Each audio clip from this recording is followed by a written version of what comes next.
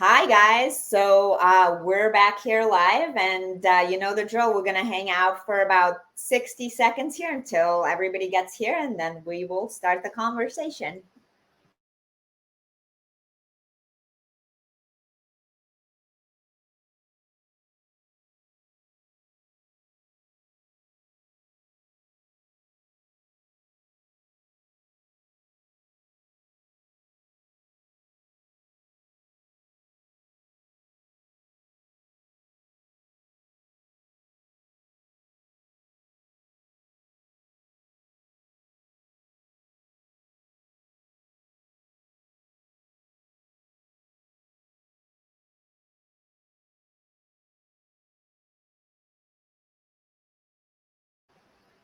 Okay, so I think we're going to be ready to go here in just a couple seconds. Hi, everyone, and welcome back to our weekly DSS break. Thank you so much for joining us today. I'm here live every Thursday to talk about data science experiences and best practices with leading professionals in a 15-minute break. I'm Anna Anderson, CEO and founder of Formulated by Home of Data Science Salon, and I'm streaming here live from our HQ located in the heart of Miami next to the beautiful Design District. And for today's edition, I'm very excited to welcome Moody Hadi, Group Manager, New Product Development and Financial Engineering at S&P Global Market Intelligence. And Moody leads a team focusing on applying modeling techniques such as machine learning and data science to distill information value for risk management based signals. And Moody has been part of our community, I feel like, since the very beginning. So thank you so much for supporting us. And you've been such a great speaker and member of all that we've done. And he's also going to be speaking at the DSS hybrid event that we have coming up on February 16. Welcome, Moody, and I'm happy to have you here today. And thank you so much for joining us today. Thank you very much, Anna. Appreciate it. Of course. And I think maybe we could get started and you could tell us a little bit about your journey and how you got into this industry. Yeah, sure. I started actually in about 2 decades ago in technology. After undergraduate school, I moved to the Bay Area and worked with quite a few startups who are still surprisingly around now. And through that work, I kind of got exposed to basically, I was building analytical programs for different customers, and I was kind of part of the consulting arm of a few software companies. And through that, I got exposed to basically financial engineering and finance, and I got really interested in it. So I kind of navigated my career, over the next few years to kind of go into basically quantitative finance. So I did my master's in OR in operations research part-time while I was working, and then moved to Chicago, did my MBA in finance and economics, University of Chicago, and started working with QRM, a firm that specializes in asset liability management, then the CME Group, Chicago Mercantile Exchange, in the risk management department, and eventually I ended up in Standard & Poor's, where I kind of moved up the ranks on the analytical track and basically focused on building sort of risk management software products. And yeah, recently I've been, last 5 to 7 years, been mostly working on different sort of machine learning techniques in finance. Yep. Cool. Yeah. And I feel like finance is, one of the most advanced industries with machine learning. So I think you're doing some really great work. And I know that you've published some research and spoken a lot about NLP in finance. Maybe you can explain why NLP matters so much in your industry. Yeah, sure. That's an easy one. So generally in finance, over several decades, right? We've been storing large amounts of data. Just Yep. sheer number of transactions, number of documents, number of financial statements. It's only recently, I would say in the last maybe 7 years or so, where we can actually leverage supervised machine learning to mine this data, right? The computational costs have relatively gone down, especially with the cloud computing, Amazon Web Services, Google Cloud Platform, Microsoft's basically offering as well, Azure, really that made it so much more accessible to run these large distributed neural networks and supervised algorithms and volume on terabytes of data. Right. So yeah, so that made it kind of amazing because we already were sitting on it. We just didn't mine it, and now we're able to basically mine it.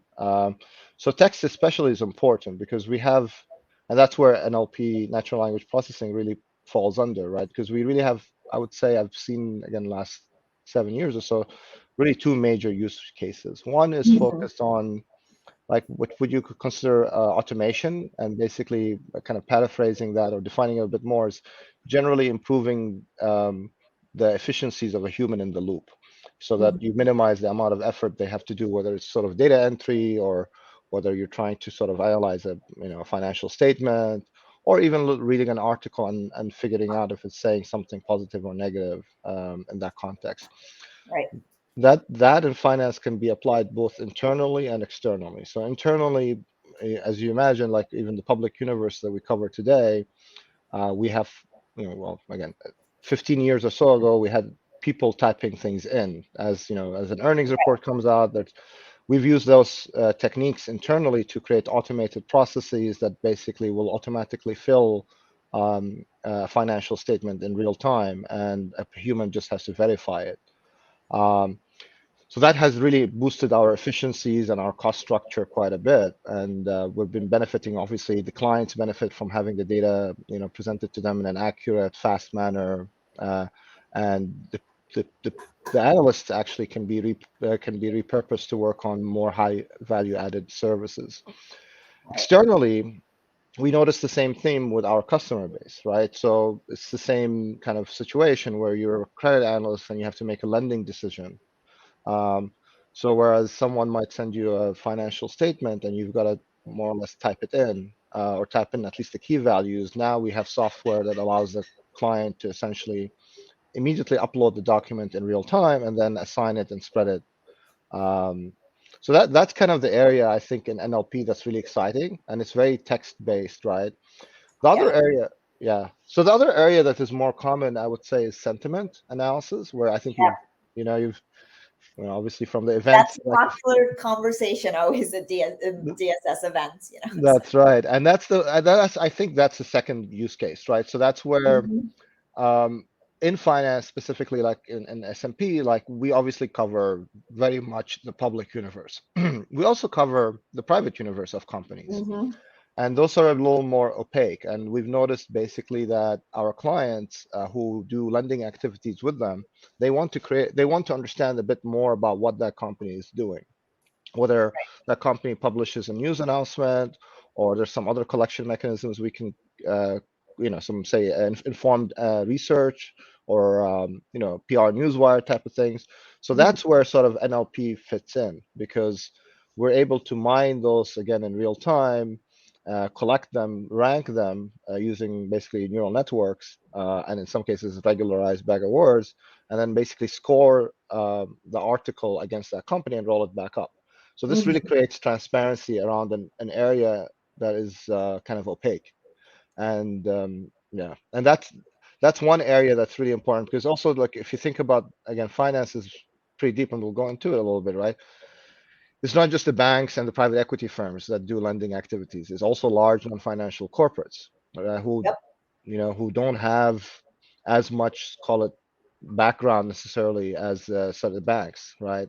So we try to make that kind of we try to assist them as well to create transparency, like especially that they do have significant counterparty risk to those basically borrowers, right?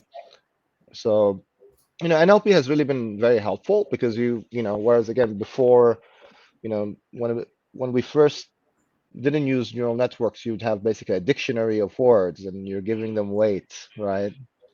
Yeah, Um, that's it's and it's a still lot of used. work. It's a lot of work, right? Yeah, and but the problem is you lose the context, right? So Yeah. now with neural networks, you can actually take a sample set of a corpus and actually build something that, with labeling, with human in the loop labeling them in the beginning, you can actually train it to actually capture the context. And I think that's the big efficiencies that we've seen in NL, in natural language processing. Again, kind of on the same theme, creating a lot of transparency. Uh, and we still use, by the way, bag of words and regularized bag of words on different models, because they have some benefits as well. But it's usually much more specialized, right?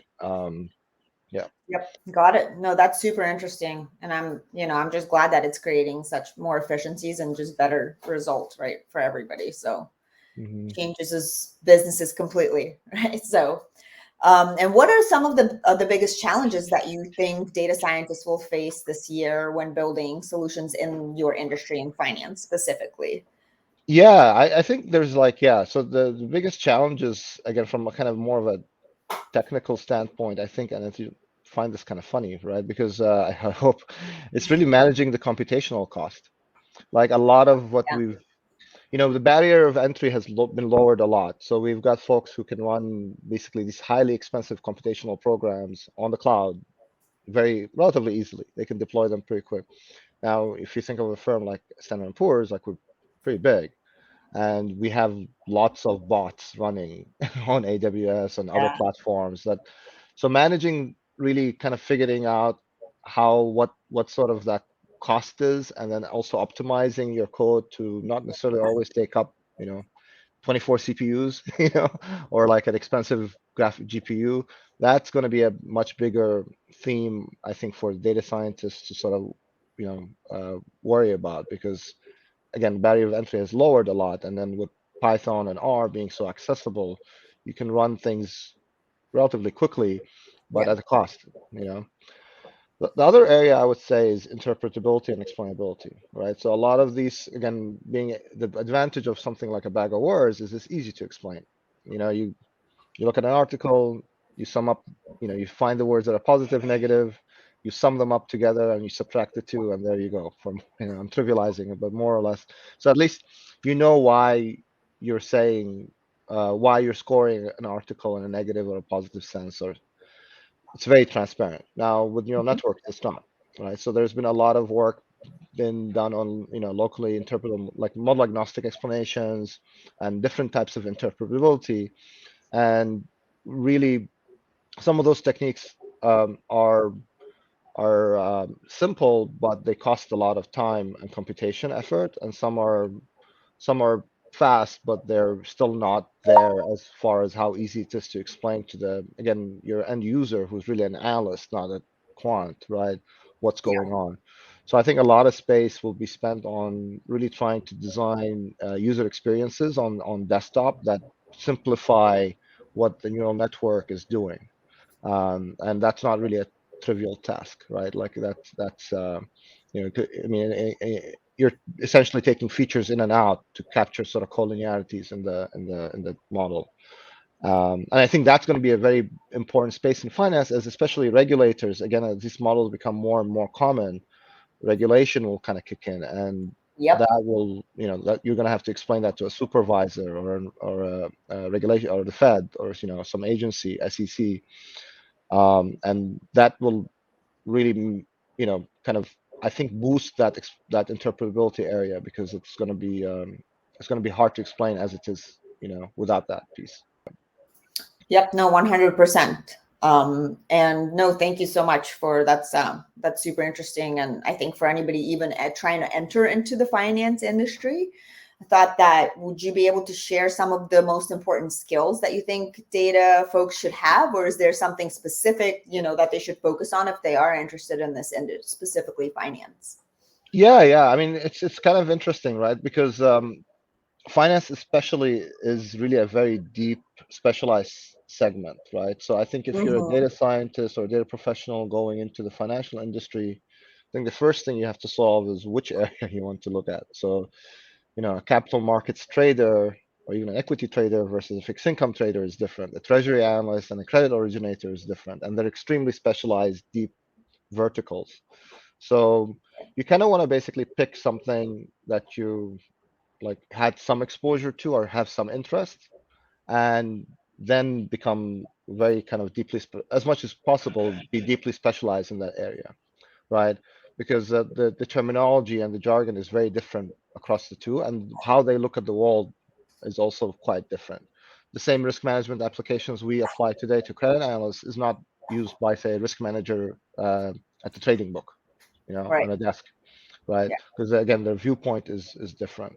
I think that's an area, especially if you're considering, data science in finance, is to really define the finance piece, because it can be very, it is very specialized. The Yeah, other no, I area. think, Mhm. yeah, I feel like the people in finance, they don't really move from that field. They just move, like kind of in different companies. But yeah, I feel like that is it's more specialized than other ones in the data space, right? For sure. Yeah, exactly. And especially like now with data science kind of covering almost every domain. I think I've seen folks come in with just kind of a generalist data science background. I think that really like that's not how I hire folks, for example. Yeah. I expect either there was an interest or they have actually spent some time in the industry, and a specific area in the industry, not just like generic. But I mean, I think the other like sort of thing I would recommend is to actually work on basically prototyping, like really understanding who your end user is, because Hmm. that will also build kind of the knowledge in that area that you want to expand in. So like what we've done, and this is like typical life cycle of a new product is you end up getting a concept, whether the executives came up with it or some version of the product management came up with it, then you kind of validate it, and then you basically build a prototype. And that Yeah. prototype you expose to basically a client advisory board or a few friendly prospects and clients, and really refine the model and the use case Mhm. and the user experience. And that feedback loop early on really helps us push the final product on our platforms in a very directed manner that solves a specific problem to a client. And I think that it's important not to sort of live in a kind of a box away from basically the end clients. And I think that's something that data scientists should really think about as they kind of go in this industry is know who your client is, speak the same language as they do. Um, they honestly, most clients don't really care if you use a neural network or a bag of words or Right. or just, but they have a problem. They have a real problem to solve, and you need to understand what that problem is, basically. Yeah. Um, Cool. yeah. No, thank you so much for sharing. That's great advice. And it was really nice to catch up with you. And we're really excited to have you at the upcoming event, the hybrid event in Miami, the Enterprise Data Science and Machine Learning in the Enterprise, February 14th through the 17th. And we've dropped a link to register for that. And it's going to be partially in Miami, mostly virtually. And it's going to be on demand as well for a couple weeks too. So if you're in Miami area, please definitely check it out. And if you're anywhere else, you can join from anywhere in the world. And thanks again, Moody, for providing these amazing insight. And it's always a pleasure to catch up with you. Thank And you very much, Anna. Thank you. thanks. Really appreciate it. Looking forward to seeing you soon. Bye. Take Ditto. care. Bye, guys. Have a Bye. great rest of the weekend.